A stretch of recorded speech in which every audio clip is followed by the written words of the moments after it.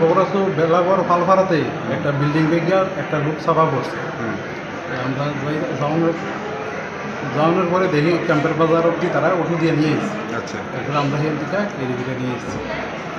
এখন আনার পরে ডাক্তারবাবুরা কি কইছে? ডাক্তারবাবু পালস চেক করতে আছে। আচ্ছা, আপনারা গিয়া কি অবস্থা পাইছিলেন? আমরা তো ওটুক মধ্যে টিকা এদিকে নিয়ে এসেছি। পরিবারের লোকজন নিয়ে আসলো? তারপরে পার্শ্ববর্তী লোক আছে। আচ্ছা, নাম পরিচয় পাওয়া গেছে কি? নাম হইল লিটন পাল। বয়সটা কত হইব? 40। আচ্ছা, বাড়িটা কোন জায়গায়? বেলাগড় ফালফালা। আপনারা কোন স্টেশন? Badharghat fire station. কাজ করতে গেছিল আর কি, ওয়াল ভাঙতে। তো ওয়াল ভাঙিয়ে উপরে পড়ে আছে আর কি এই কাজে। তারপর হসপিটাল ইজিলি গেছি। তো ডাক্তারে এমআরআই এক্সরে করেছে। কি নাম ওনার? নকুল রুদ্রপাল। বয়স কত? বয়স 45। বাড়ি কোনখানে? বেলাগড়। কি কাজ করে উনি? রাজমিস্ত্রি। কয়জন কাজ করতেছিল ওইখানে? 2 জন। আরেকজন কি নাম? একজন লিটন রুদ্রপাল। ওনার অবস্থা কিরকম? উনি মারা গেছে।